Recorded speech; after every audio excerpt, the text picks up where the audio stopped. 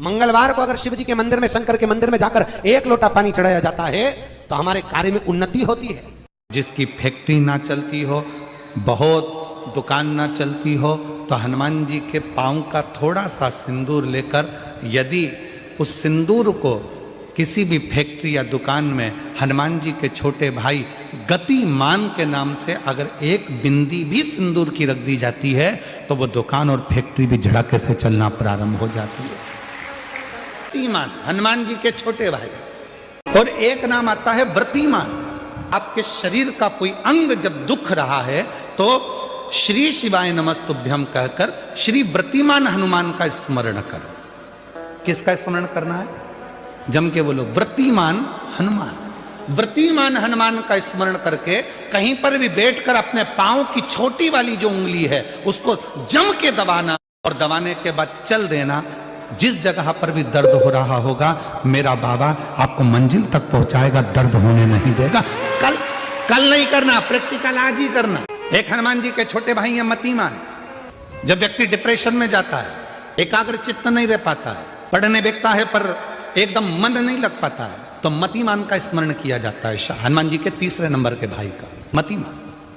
और कहते हैं एक दुर्वा यदि मतिमान के नाम से शंकर भगवान की शिवलिंग पर चढ़ा दी जाए और उसी दुर्वा को वापिस लेकर आया जाए, अंधेरा होने से पहले, सूर्य अस्त होने के पहले, शाम के प्रदोष के पहले यदि उस दुर्वा को उस व्यक्ति को चबा चबा कर खिला दो तो डिप्रेस हो रहा है, डिप्रेशन में है, चिंता में है, टेंशन में है और उसका विवेक काम नहीं कर रहा, बुद्धि स्थिर नहीं हो पा रही है या पढ़ने में मन नहीं लग पा रहा है, तो उसको आप एक दुर्वा मतिमान हनुमान जी के तीसरे नंबर के भाई मतिमान के नाम से अगर खिला देते हैं तो उसकी बुद्धि केंद्रित होना प्रारंभ हो जाती है और वो डिप्रेस से हटना प्रारंभ हो जाता है, मन स्थिर होने लगता है। मतिमान। जिसकी फैक्ट्री ना चलती हो, बहुत दुकान ना चलती हो, तो हनुमान जी के पांव का थोड़ा सा सिंदूर लेकर यदि उस सिंदूर को किसी भी फैक्ट्री या दुकान में हनुमान जी के छोटे भाई गतिमान के नाम से अगर एक बिंदी भी सिंदूर की रख दी जाती है तो वो दुकान और फैक्ट्री भी झड़के से चलना प्रारंभ हो जाती है।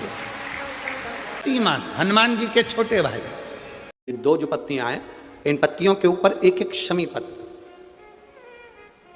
और लाल चंदन ये रखकर कितना भी रोगीला व्यक्ति हो, रोग से ग्रसित व्यक्ति हो, जिंदगी में कितना ही दुख पड़ रहा हो, बेलपत्र की ये दोनों पत्ती जिसके ऊपर शमी पत्र रखकर, लाल चंदन रखकर श्री हनुमान जी महाराज और हनुमान जी महाराज के तीसरे नंबर के भाई श्री गतिमान जी, नीचे के क्रम में आते हैं श्री गतिमान जी। उन गतिमान जी और हनुमान जी का नाम लेकर जो शिवलिंग के ऊपर समर्पित कर देता है, रोग का निवारण होता ही। विवाह शादी में देरी हो रही हो या कोई नया कार्य चालू कर रहे हो उसमें देरी हो रही हो या कोई सर्विस के लिए, नौकरी के लिए जा रहे हो और वो कार्य नहीं हो रहा हो, तो एक धतूरा, केवल एक धतूरा, उस धतूरे को फोड़कर उसके अंदर का फल निकालकर उस फल को शिवलिंग पर चढ़ाकर एक लोटा जल शंकर भगवान को समर्पित कर। दिन होना चाहिए मंगलवार। कौन सा दिन होना चाहिए? जम के बोलो जरा, मंगलवार। समर्पित करो। उसके बाद में आप हनुमान जी महाराज को 3 तरह की माला समर्पित होती है। एक आंकड़े के पत्ते की, दूसरी बेलपत्र के पत्ते की, तीसरी पीपल के पत्ते की। ये 3 तरह की माला जब शंकर हनुमान जी महाराज को समर्पित होती है, आंकड़े की माला महाराज एक अवतार श्री हनुमान जी महाराज, हनुमान जी महाराज को 3 तरह की माला समर्पित होती है। एक आंकड़े के पत्ते की, दूसरी बेलपत्र के पत्ते की, तीसरी पीपल के पत्ते की। ये 3 तरह की माला जब शंकर हनुमान जी महाराज को समर्पित होती है, आंकड़े की माला महाराज, आंकड़े के पत्ते की जो माला होती है, ये माला कार्य की सिद्धि के लिए होती है। इसमें एक एक आंकड़े के पत्ते पर सीताराम लिखा जाता है। मात्र एक पत्ता ऐसा होता है जिस पत्ते पर सीताराम नहीं लिखा जाता। 108 पत्ते में से एक पत्ता बस उस पत्ते को हथेली में रखकर उल्टा हाथ आपको रखना है और अपनी कामना कर कर उस पत्ते को बांध देना है।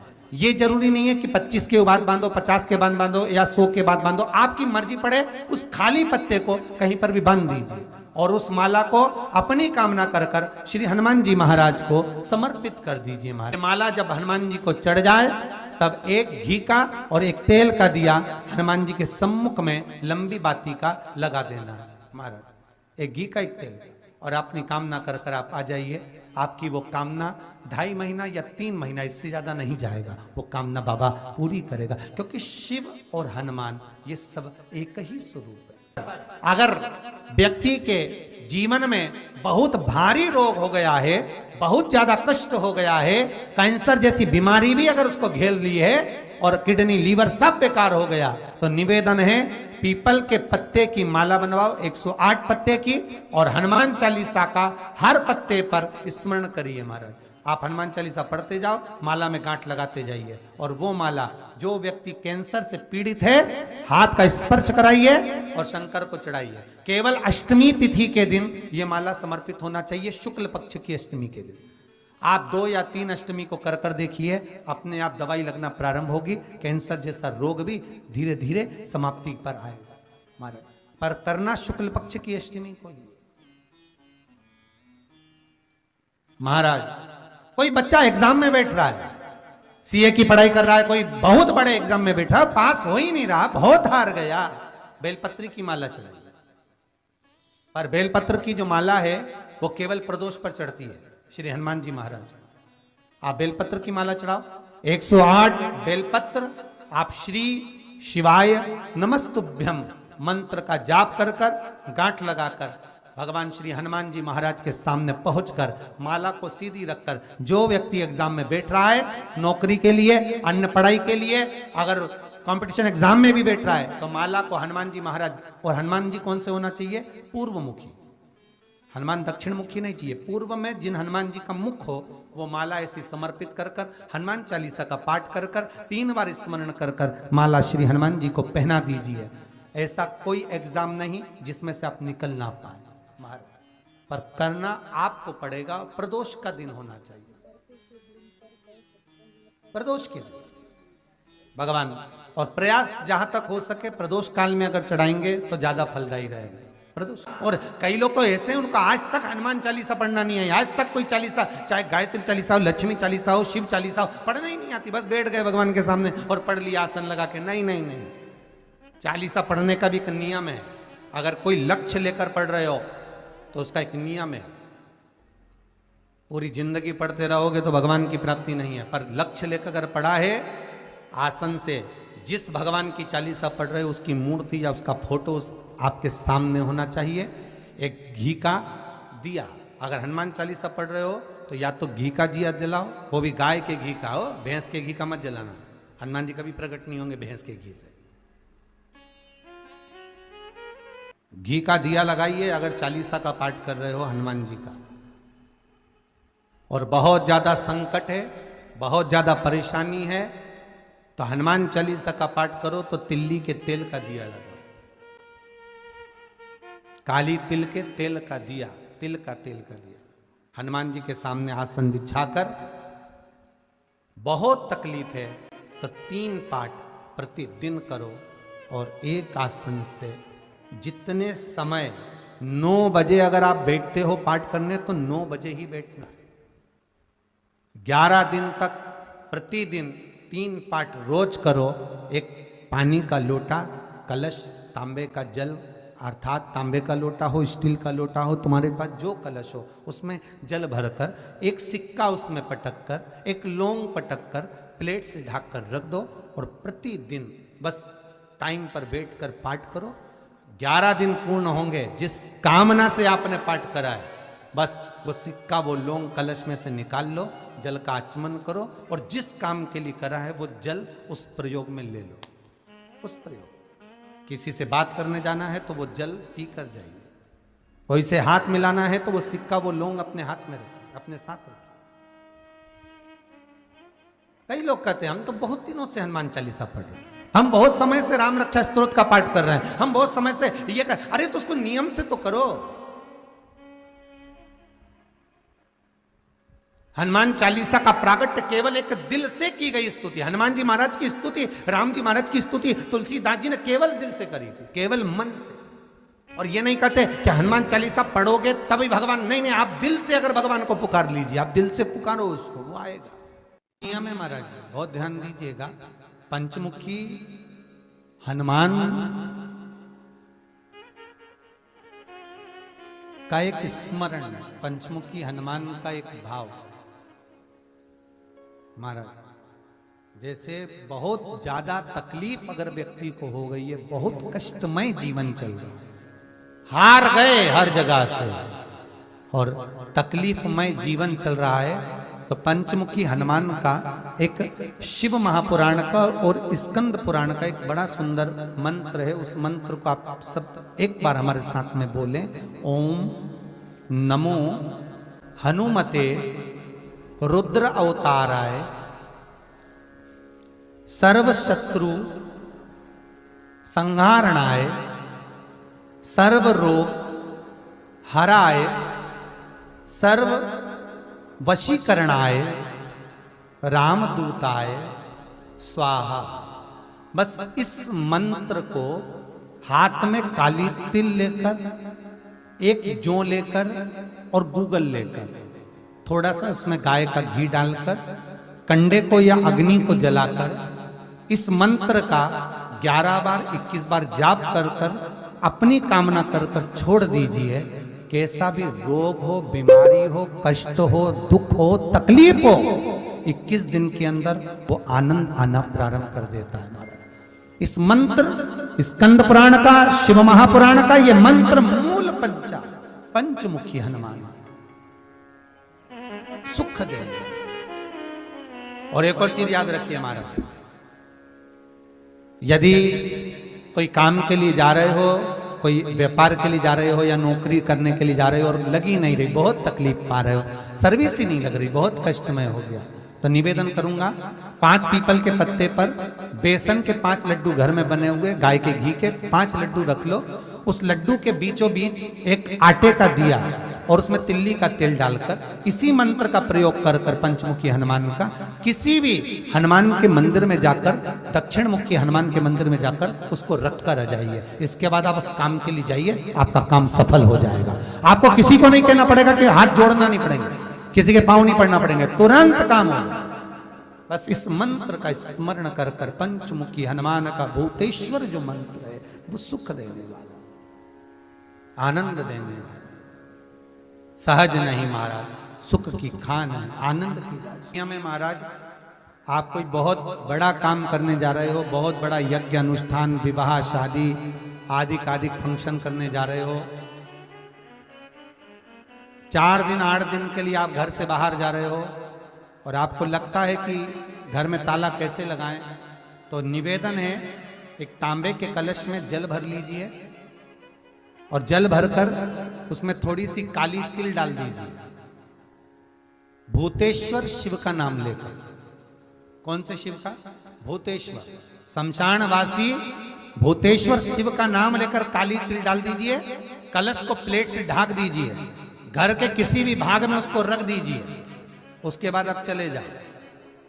किसी की सामर्थ्यता नहीं है कि उस घर में कोई पांव रखे, किसी की सामर्थ्यता नहीं है। और अगर कोई भूले से पांव भी रख दिया तो 22 दिन या 21 दिन के अंदर उसको, जैसे लोगों को हवा आती है ना, बस उसको चक्कर आना चालू हो, बाल खोल खोल के घुमा मिलेगा। शास्त्र प्रमाण करता है हमारा भूतेश्वर शिव। ये कलश जो होता है ना, जल का जो पात्र होता है, ये साधारण नहीं होता, सहज नहीं होता महाराज।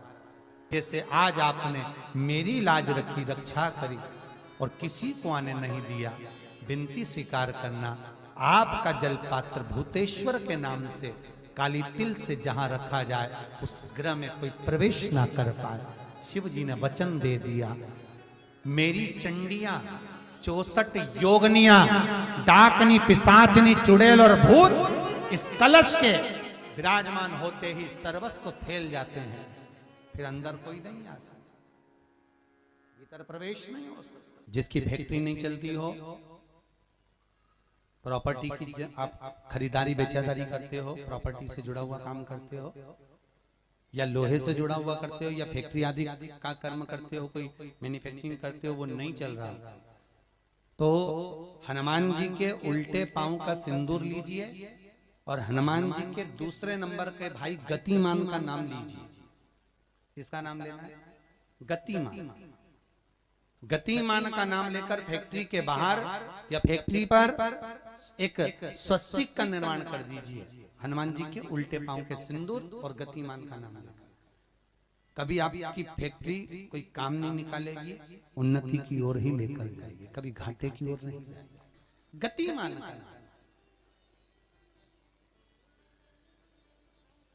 रतिमान, केतुमान, मतिमान, ये जितने भी नाम है हनुमान जी के भाइयों के, ये सब कल्याण प्रद, एक एक नाम कल्याण प्रद हमारे, एक एक।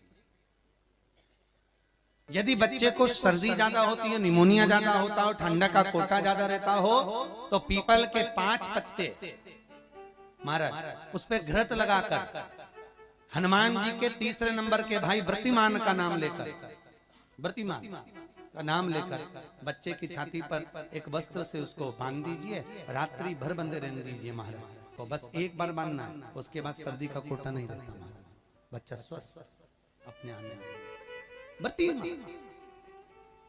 हनुमान जी महाराज के जितने भी भाई हैं, सबका आनंद सुख सिद्धि मालूम है? अरे जल्दी बोलो, नहीं मालूम? लिखना चालू करो वापस। अष्ट सिद्धियां, पहली अणिमा, पहली कौन सी है? अणिमा। दूसरी महिमा, तीसरी गरिमा। अष्ट सिद्धियों में पहली अणिमा, दूसरी महिमा, तीसरी गरिमा। ये हनुमान जी महाराज की जो अष्ट सिद्धियां हैं, इन सिद्धियों के लिए आपको ज्ञात होना चाहिए, हनुमान जी महाराज के जब घर में तुम रोज हनुमान चालीसा का पाठ करती हो, आज एक दिन हो गया, कल दूसरा दिन हो गया, तीसरा दिन हो गया, कैलेंडर में जो पंचांग हो कैलेंडर हो, उस कैलेंडर में एक निशान बनाकर रखो कि आपके 108 जब पाठ पूरे हो जाएं, तब 108 बाती आप हनुमान जी महाराज की इन अष्ट सिद्धियों के नाम से लगा दीजिए। जिंदगी में आपका कभी बाल बांका नहीं हो सकता और आपकी उन्नति को कोई रोक नहीं सकता, ये पक्का है। अष्ट सिद्धियां, नवनिधियां, 108 जब हनुमान चालीसा के पाठ हो जाए। और कभी कभी व्यक्ति के जीवन में ऐसा भी होता है कि भाई उसको बहुत तकलीफ आ जाती है कि मेरी दुकान नहीं चल रही, व्यापार नहीं चल रहा, मेरे साथ अच्छा नहीं हो रहा, मेरे को तकलीफ आ गई, शनि बढ़ गया, ये हो गया, ढैया हो गया, 7.5 हो गया, बड़ा तकलीफ, कहीं गिर रहा, कहीं पड़ रहा, तो उस व्यक्ति को 108 पाठ एक साथ कर लेना चाहिए। आज बैठा सुबह से शाम तक 108 पाठ करके और फिर ये अष्ट सिद्धियों की बाती लगा दे। अष्ट सिद्धि पर अष्ट सिद्धियों की जो बाती लगती है घृत में है, घी घृत, अष्ट सिद्धि। तो ये बाती, तो पहली अणिमा सिद्धि, दूसरी महिमा, तीसरी गरिमा, चौथी लघिमा, चौथी है लघिमा, पांचवी प्राप्ति, पांचवी क्या है? प्राप्ति। छठी प्राकंभ, छठी है प्राकंभ। सातवीं है ईर्षत्व, ईर्षत्व। और आठवीं है वशिष्ठ, आठवीं है वशिष्ठ। ये हनुमान जी महाराज की 8 सिद्धियां और 9 पूरी हनुमान चालीसा की एक एक चौपाई में एक एक चीज से एक एक बीमारी का इलाज है, एक एक बीमारी का महाराज हनुमान चालीसा की एक एक चौपाई से एक एक बीमारी का।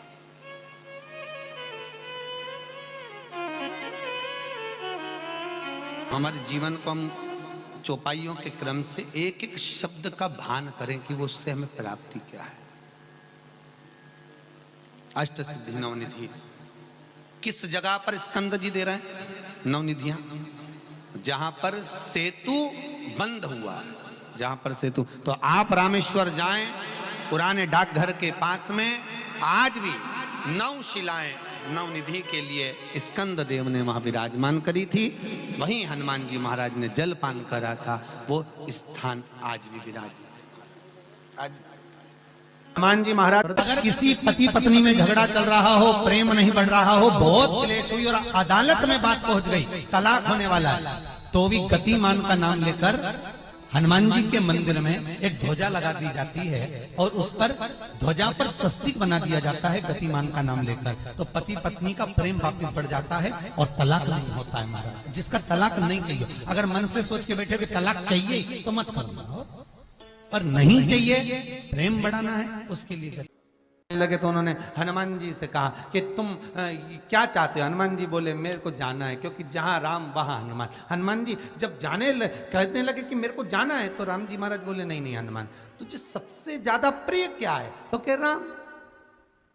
तो हनुमान तू कह रहा है सबसे ज्यादा प्रिय है राम प्रिय है, तो एक बार जिस समय देवऋषि नारद का अपमान हुआ, विश्वामित्र बाबा का अपमान हुआ, उस समय पर एक राजा ने जब अपमान करा तो तूने उसको राम नाम लिखकर एक जगह पर बिठा दिया और कहा कि तू राम नाम जपते रहे। उसने राम नाम जपा। तब हनुमान याद कर, मेरे सम्मुख में तू खड़ा था और युद्ध होने वाला था, तो तूने क्या कहा था? प्रभु आप इसको मार नहीं सकते क्योंकि ये आपका नाम ले रहा है। राम से बड़ा होता है राम का नाम, आप इसे मार नहीं सकते। तब आपने ये संवाद कहा था, हनुमान बता तेरी प्रियता क्या है? हनुमान जी कहते हैं प्रभु आपने मुझे जगा दिया, क्योंकि मुझे श्राप ये मिला था कि तू जागेगा किसी की जगाने पर, आपने मुझे जगा दिया, इसलिए है नाथ अब मैं जाना नहीं चाहता, सत्संग करना चाहता।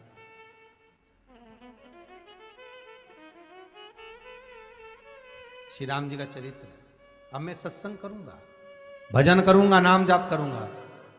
पर राम जी जानते हैं हनुमान से कहा, हनुमान मेरा जाने का समय आ गया, मुझे तो जाना पड़ेगा ना। सीता पृथ्वी में चली गई, मुझे भी जाना है, मैं सरयू के जल में अपने प्राणों को त्यागूंगा, मानव का शरीर है इसको त्यागना तो पड़ेगा ना हनुमान। हनुमान जी बोले तो त्याग दो, त्यागने में क्या दिक्कत है, त्यागो आप तो। पर दिक्कत एक बहुत बड़ी है। तो राम जी ने जैसी कहा दिक्कत बहुत बड़ी है, तो हनुमान जी पूछे ऐसी कौन सी दिक्कत है? हनुमान जी के शब्द सुने तो राम जी बोले, जब जिस समय पर तुम सूर्य को निगल गए थे, इंद्र को क्रोध आया था और इंद्र ने तुम पर वज्र का जब प्रहार करा था, जब वज्र का प्रहार इंद्र ने करा तब तुम्हारा नाम हनुमान हुआ, तब सारे देवी देवताओं ने तुम्हें वर प्रदान करा। उस जगह पर यमराज भी खड़ा था, तो यमराज ने तुम्हें वर दिया था कि जहां हनुमान होगा वहां यमराज नहीं होगा। अब दिक्कत यह है कि मुझे प्राण त्यागना है और तू मुझे 1 मिनट के लिए नहीं छोड़े, तो यमराज आएगा कैसे? दिक्कत वहां अड़ी पड़ी।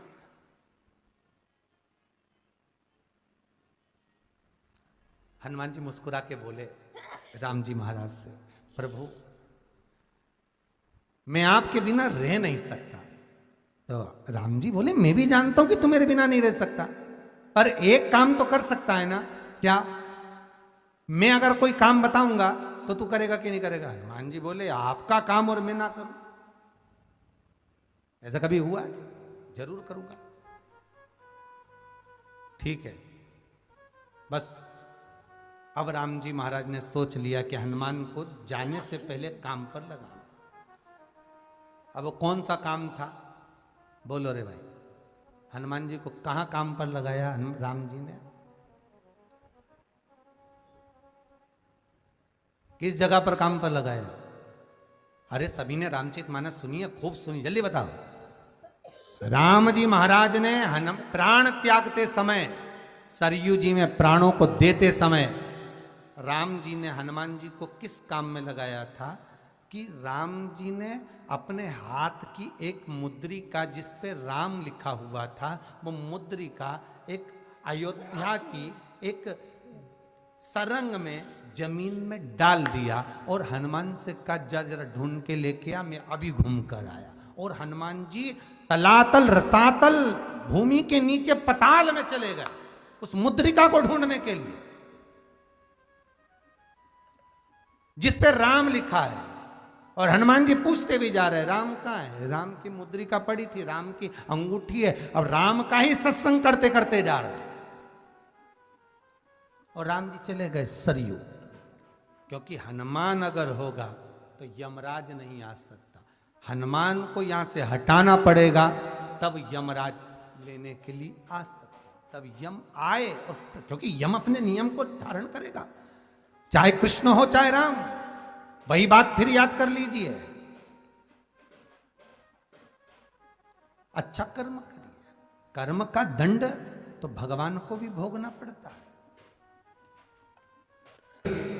अगर कोई अदालत में केस चल रहा है, बहुत बड़ी समस्या में आप पड़ गए, बहुत बड़ा टेंशन बिल्कुल आकर खड़ा हो गया है, तो चंदन, एक लाल चंदन बाजार में मिलता है, पूजन वालों के यहाँ पूछना, लाल चंदन आता है। वो लाल चंदन को घिस कर उसमें थोड़ा सा तिल्ली का तेल डालकर महाराज हाथ में चंदन को लेकर शिवलिंग पर लगाएं और बड़ के पेड़ के नीचे बड़ के जड़ में जाकर बटकेश्वर महादेव का नाम लेकर उस चंदन को लगाएं।